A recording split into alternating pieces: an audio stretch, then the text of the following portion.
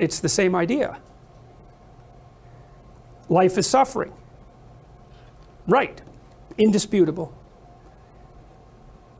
What do you do about that?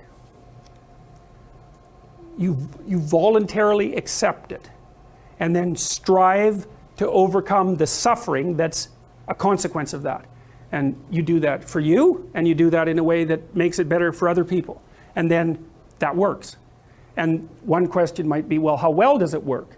And the answer is, the only way that you can find out is by trying it. That's it. That's the existential element of it. The proof is to be derived by the incarnation of the attitude in your own life. No one can tell you how it will work for you. It's the thing that your destiny is to discover that. And you have to make the decisions to begin with. It's like, because you can't do this without commitment. You have to commit to it first. That's the act of faith that Kierkegaard was so insistent upon. You have to say, I'm going to act as if being is good. I'm going to act as if truth is the pathway to enlightenment. I'm going to act as if I should pursue the deepest meaning possible in my life. And there's reasons to do none of those. They're real reasons. So it's really a decision. But you can't find out what the consequence of the decision is unless you make the decision. I think the same thing happens when you get married, by the way. So if you think you might leave, you're not married. And then you think, well, the marriage didn't succeed. It's like, well, maybe you were never married. Because the rule is, you don't get to leave. And there's a reason for that rule. Now, I'm not saying that there aren't situations where there should be exceptions made for that. That's not the point. The point is that there's some games you don't get to play unless you're all in. And the other thing that's so interesting about being alive is that you're all in. No matter what you do, you're all in. This is going to kill you. So I think you might as well play the most magnificent game you can while you're waiting. Because do you have anything better to do? Really? Why not pick the best thing possible that you could do? Why not do that? Maybe you could justify your wretched existence to yourself that way. I think you could. That's what it looks like. You know, people find such meaning in the responsibilities they adopt. It stops making them ask questions about what life is for. If you have a newborn child, for example, like unless you're really in a bad way, psychotically depressed, or maybe your personality really needs some retooling, you stop thinking about anything but ensuring that that baby is doing well. And if someone comes along and asks you an existential question about your commitment to that, the right response is, why are you asking me such stupid questions when this is manifesting itself right in front of your eyes? Like, how blind can you be? That isn't a time for questions about the meaning of life. The answer is right in front of you. And if you can't see it, it's not because life has no meaning, it's because you're blind. I mean, that's what the image of the Virgin Mother and the child is all about. It's like, what's the answer to the meaning of life? Here's an answer. It's like, well, I'm going to criticize that. Well, go right ahead. You know, it's like what you're like a what do you call that? A termite gnawing on a temple. There's no utility in that sort of criticism.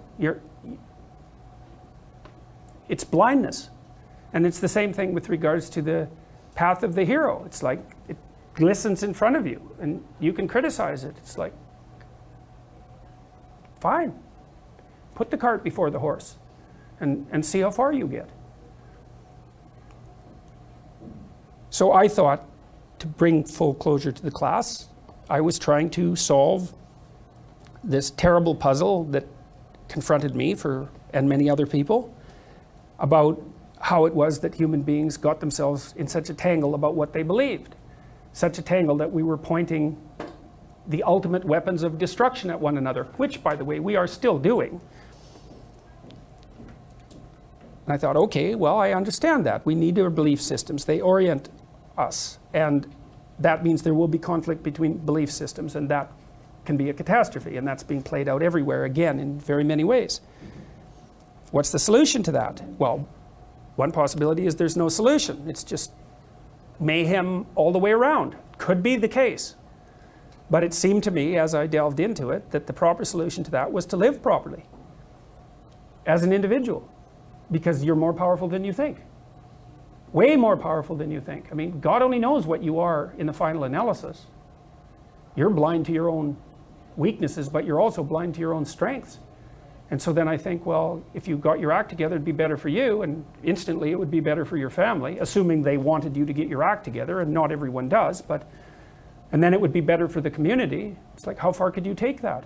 If you stopped wasting time, and if you stopped lying, and if you oriented yourself to the highest possible good that you could conceive of, and you committed to that, how much good could you do? Well, I would say, why don't you find out? So that's what I think you should do. You should find out. You don't have anything better to do. And there's nothing in it, as far as I've been able to tell, there's nothing in it but good. So maybe you could sort yourself out so that you wanted nothing but the good. And then maybe you could help make that manifest in the world. And maybe we wouldn't have all these terrible problems then. At least we'd have fewer of them, and that would be a start. So it's the answer to the problem of humanity is the integrity of the individual. That's the answer. So, and states that are predicated on that realization are healthy. So, and states that aren't are doomed to stagnation and catastrophic collapse.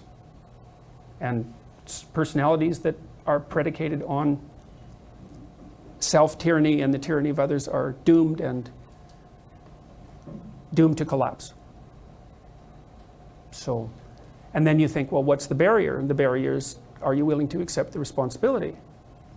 And part of the answer to that is, reduce the damn responsibility until it's tolerable. You don't have to fix everything at once. You could just start by fixing the things that you could fix. Or you could even do it more. You could do it with even less self-sacrifice. You could start by fixing only the things that you want to fix. God, you can get a massive way that way. So do it. See what happens.